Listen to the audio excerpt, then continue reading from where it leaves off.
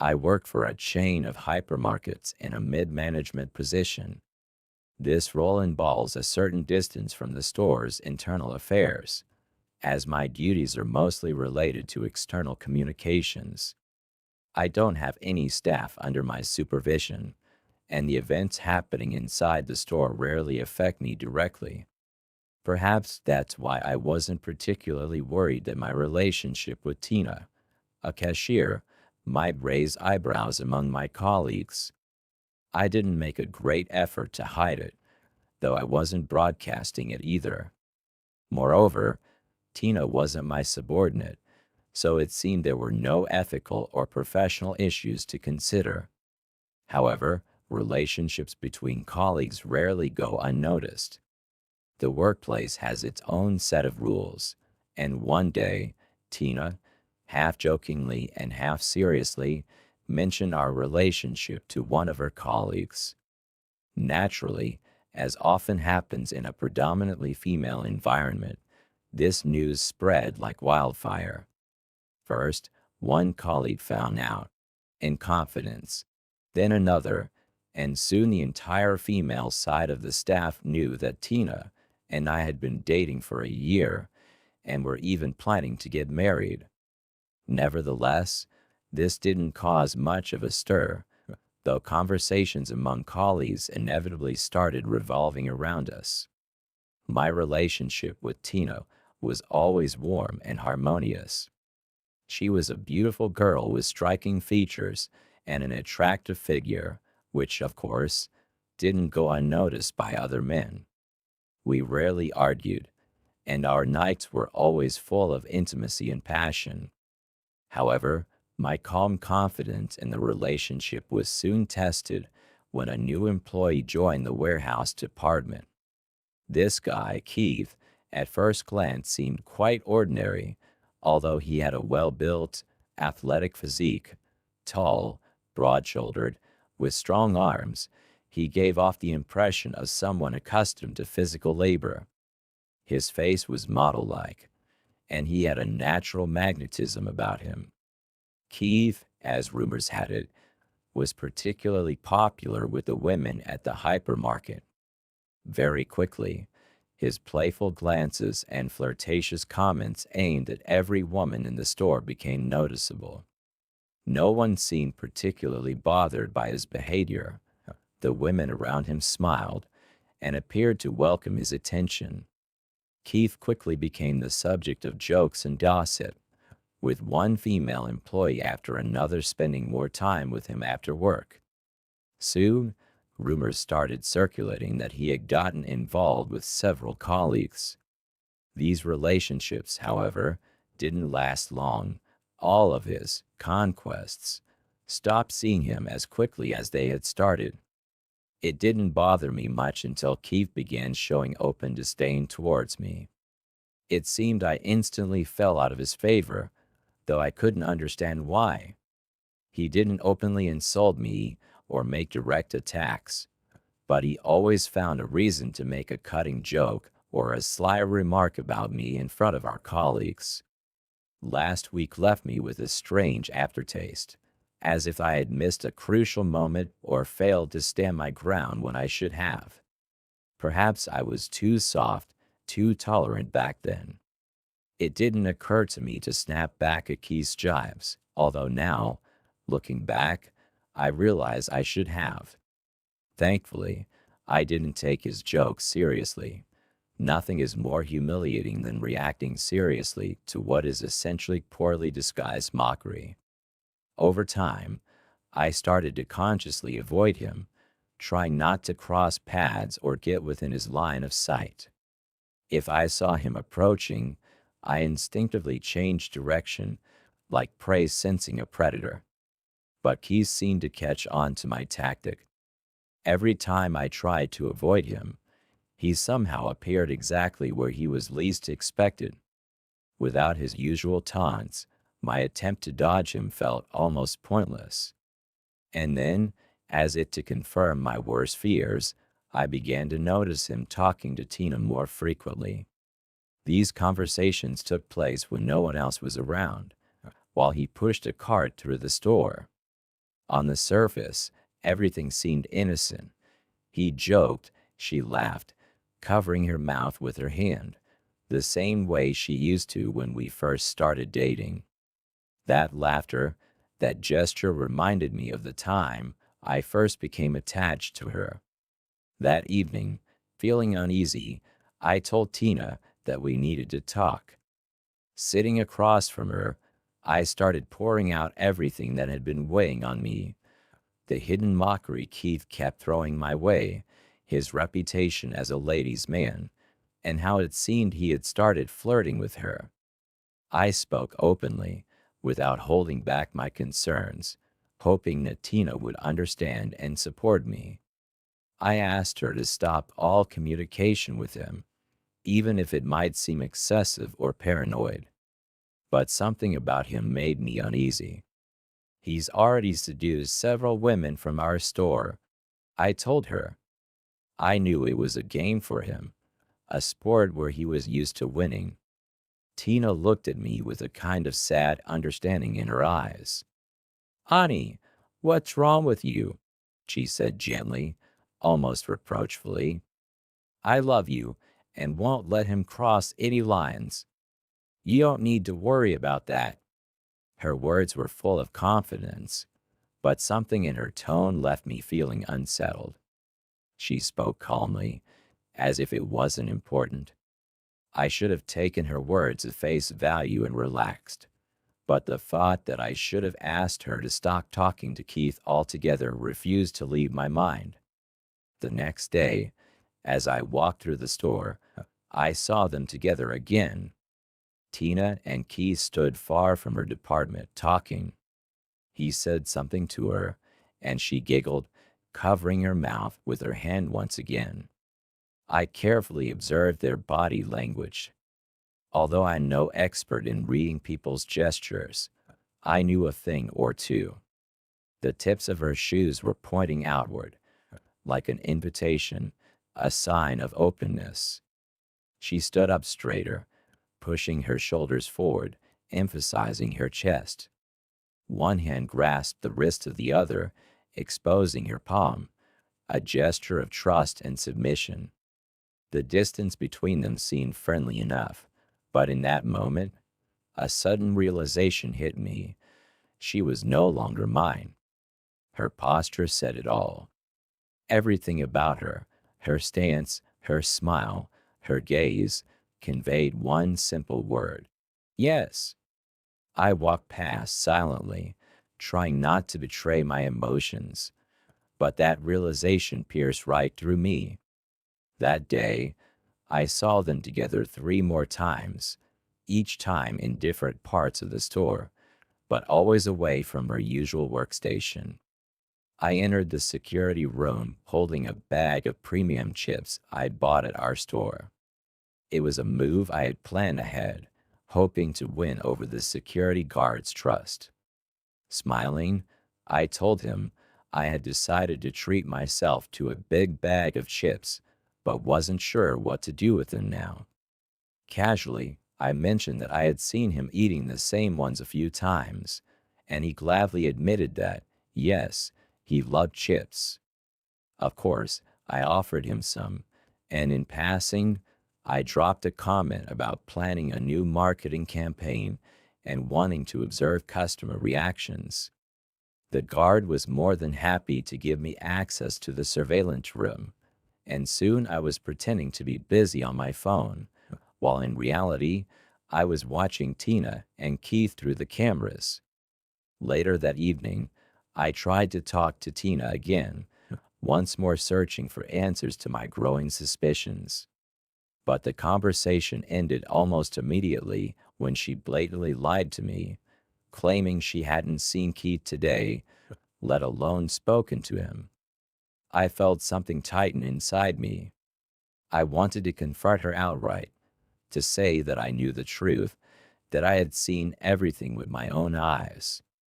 But what good would it have done? The line hadn't been fully crossed yet, and if I laid everything out, the consequences could be catastrophic. Maybe she had just become more careful in her behavior, and I was still clinging to the hope that she might not be as guilty as she seemed. That faint glimmer of hope kept me silent, waiting, as if things might somehow turn around. It's not that I became a spy in her life, but my actions started resembling it more and more each day. When she left for work an hour before I did, I would soon follow her to the store and watch what was going on. The head of security would sometimes casually mention the early morning visitors, and I spent more and more time by the monitors, observing how Tina and Keith interacted. I surrounded her with care, tried to talk about our upcoming wedding and plans for the future. I thought my efforts would help preserve what we had. But on Saturday, something happened that immediately sent alarm bells ringing. Tina didn't come home after work. When I arrived an hour after she was supposed to be back, she wasn't there.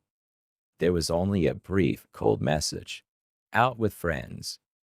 The night dragged on endlessly, but I already knew. I had no direct proof at that moment, but my intuition screamed the truth. Then the evidence came, said by Keith himself. I received a message with a link to a video he had stored in his cloud. With a sinking heart and trembling fingers, I opened it. The moment the screen lit up, I saw everything. She was standing in front of him, her head lowered below his waist, completely absorbed in what was happening. Keith, clearly noticing this, turned the camera on himself, grinned at the lens, and flipped me off, as if he had recorded the video specifically for me. It was obvious that this was all a carefully planned act, a game aimed at my emotions. At one point, the camera shifted back to her. I saw Keith lightly flick her nose to get her attention. She looked up at him, her eyes filled with indignation, but also something else. The same playful spark I had seen when she used to laugh at his jokes. It wasn't serious anger, but a light-hearted playfulness, as if she was entirely at the mercy of his teasing, and she liked it.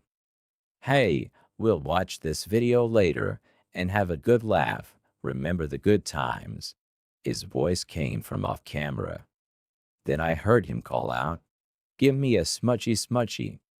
She didn't seem to know that Keith was going to send this video to someone, but her behavior showed that she was completely under his control. I realized it was over. There was nothing left between us but emptiness and lies. And they kept going, right in front of me, like a performance where I was a helpless spectator. It's shameful to admit, but I watched the entire video. The last few minutes were filled with the sound of his heavy breathing and her laughter. "I'm better than him," Keith said. She laughed and replied, "I'll take care of you tomorrow." About an hour later, I went to her parents' house with a bag containing 3 neatly packed boxes of her things. After dropping them at the door, I rang the bell and hurried away, not waiting for a conversation. Hearing the door open behind me, imagining Tina's father looking puzzled at the boxes, I quickened my pace, not looking back. Once I was outside their house, I got into my car and drove away. When I got home, I pulled out a bottle of gin. She had given it to me a few months ago, and it had remained untouched all this time. But tonight, I was ready to open it.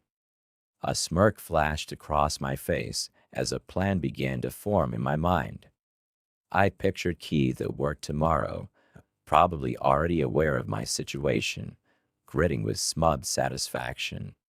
He would be certain that I would never dare to publicly acknowledge my defeat, let alone confront him directly.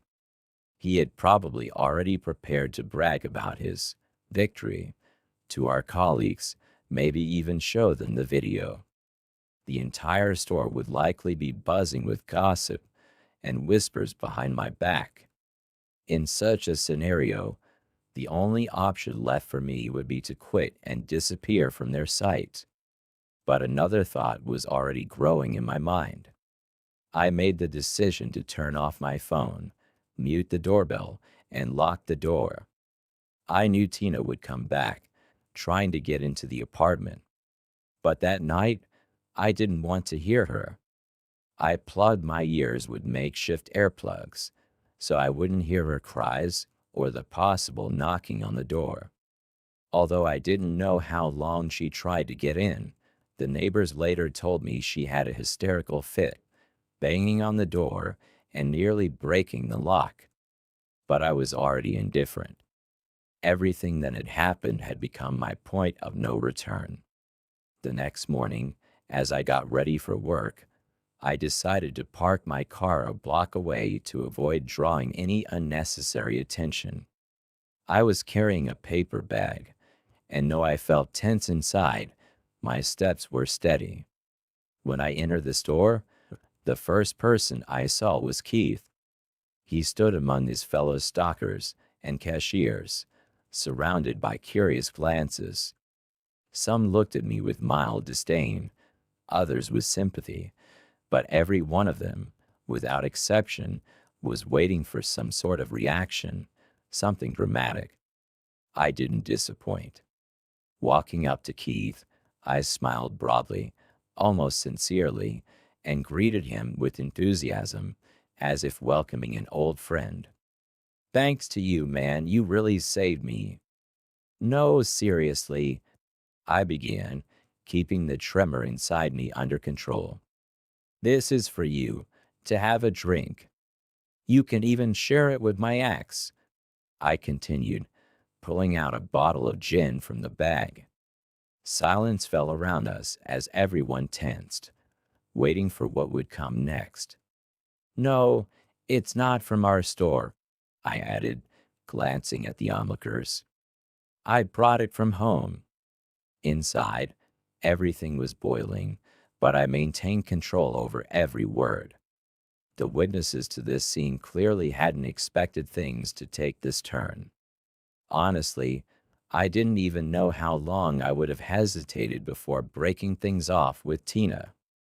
My conscience had been gnawing at me, asking questions I already knew the answers to. I paused, thinking of how to choose my next words carefully, while Keith, now visibly uneasy, was trying to figure out where I was heading. "You probably don't understand why I didn't try to stop this whole thing with your little affairs," I began, pretending to weigh each word. "To be honest, I've been wanting to break up with her for a while. You see, she's not exactly in my league," I said with a slight smirk, shrugging as if it was just the inevitable conclusion to one of life's chapters. "You know, I've always felt like Michael Jordan playing against a street ball team. Yeah, sure, we lived together, but I always felt like it wasn't the level I was aiming for. I wanted to end it, but I didn't want to look like the bad guy, not in her eyes, no, but in everyone else's. Even here, in front of all of you," I gestured broadly toward the crowd of employees, "because you'd all probably think I was the one to blame. But now, I've got the perfect reason to end things, and, by the way, you helped me with that." The crowd, made up of curious coworkers, held their breath, their eyes glued to the scene. It felt like they were all waiting for the climax of this little performance, and I was ready to give them a show. "Now," I continued, looking at Keith, "no one can call me a fool or a coward. I'm walking away with dignity because this betrayal, it's on her. You all heard that, right? It's her fault." The crowd burst into laughter, whispers spread like wildfire, and the women were buzzing with excitement. Amidst the noise, I noticed Keith's partner, Jack, standing nearby with his phone in hand, the one with that familiar case. On the screen, I saw the very same video that Keith had sent me the night before. "Oh, by the way," I called out, stepping toward Jack. "Looks like everyone's seen that video." Let me take another look, I said, almost automatically grabbing the phone from him before he could protest. At that moment, I felt a strange rush, my heart raced, and my hands betrayed me with a slight shake. I opened the folder with the videos, my fingers fumbling awkwardly. By mistake, I selected several files and, without thinking too much, hit the option. Send to all contacts. A pop-up appeared on the screen, and, without much thought, I clicked. Okay, it all happened too quickly. I muttered almost absent-mindedly. Oops, looks like something went wrong, as I watched the loading circle spin on the screen. Now it's all set, I said, smiling, and pressed play on the video. At the moment when Keith's triumphant grin began to fade into confusion, I realized the full scope of what had just happened. Along with the video where my ex didn't seem so smug anymore, other video files were sent to all of Keith's contacts. And who knows what else was in those files? The reaction was immediate. Suddenly, the room was filled with gasps of shock. What have you done? One of the cashiers cried out, staring at her phone in horror. You sent it to everyone? Including my husband, another woman exclaimed, followed by hysterical sobbing. 5 women, all at once, started to panic, cursing both Keith and me. Suddenly, I realized that Keith's cloud folder must have contained videos of his other exploits, and judging by the reactions of these women, some of them were likely married. Keith wasn't just a player, he was a master manipulator who had taken advantage of every opportunity. The worst part was that, thanks to his job, he had the contact details of almost every employee in the store, and even some of their family members. Now, it seemed that some of those family members were probably watching videos they were never meant to see. And even if they hadn't seen them yet, someone had surely told them by now. Around noon, I saw my ex. She looked pale, her eyes red from crying. When our eyes met, I didn't see anger or resentment, but fear, pure terror at what had happened. No one approached her, except for a few women who were clearly panicking about the videos that had been sent to their husbands.